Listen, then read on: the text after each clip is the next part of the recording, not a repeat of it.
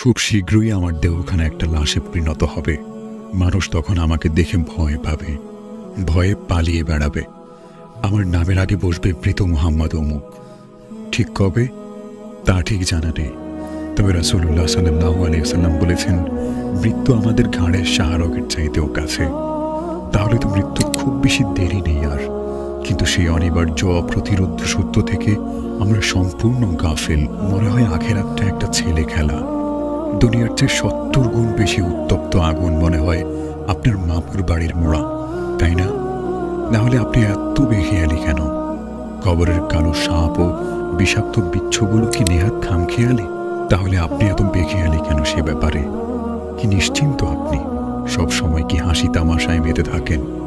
আশ্চর্য লাগে, মনে হয় যে মৃত্যু আপনার জন্য না, আর কবরের কালো রাত আপনাকে শান্তির ঘুম পাড়াবে। তা না হলে আপনি এত উদাসীন কেন?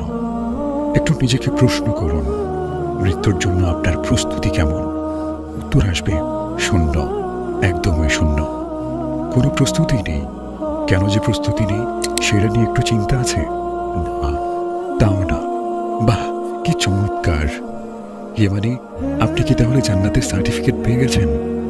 পাননি? তাহলে কি কারণে আপনি কোনো প্রস্তুতি নিচ্ছেন না? আপনাকে যদি বলা হয় ১ ঘন্টা পরে আপনাকে ১ দিনের জন্য আগুনে ফেলে দেওয়া হবে, তবে ঠিক তার আগে আপনাকে ১০ মিনিট সময় দেওয়া হবে নিজেকে বাঁচানোর জন্য। আপনি আগুন থেকে বাঁচার জন্য সাধ্যমতো নিজের গায়ে যা ইচ্ছে তাই পরে নিতে পারেন। তাহলে ১০ মিনিট কি আপনি স্থির দাঁড়িয়ে থাকবেন? অন্যের গীবত করে সময় নষ্ট করবেন? নাকি চিন্তায় একটা মস্ত সিগারেট ধরাবেন?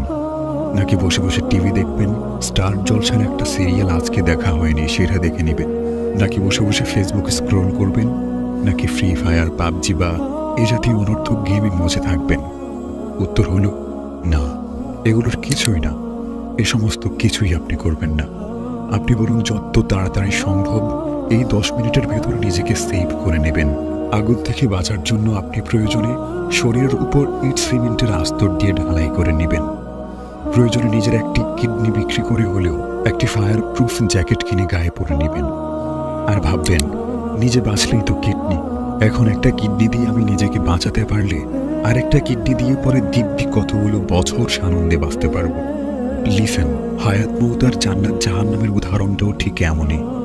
এই ছোট্ট জীবনটাকে কাজে লাগিয়ে আপনি যদি হাসরের দিনের হিসাব থেকে মুক্তি পেতে পারেন, তাহলে আপনি পরবর্তী অনন্তকাল একদম নির্ভাবনায় সুস্বাচ্ছন্দ্যে কাটিয়ে দিতে পারবেন।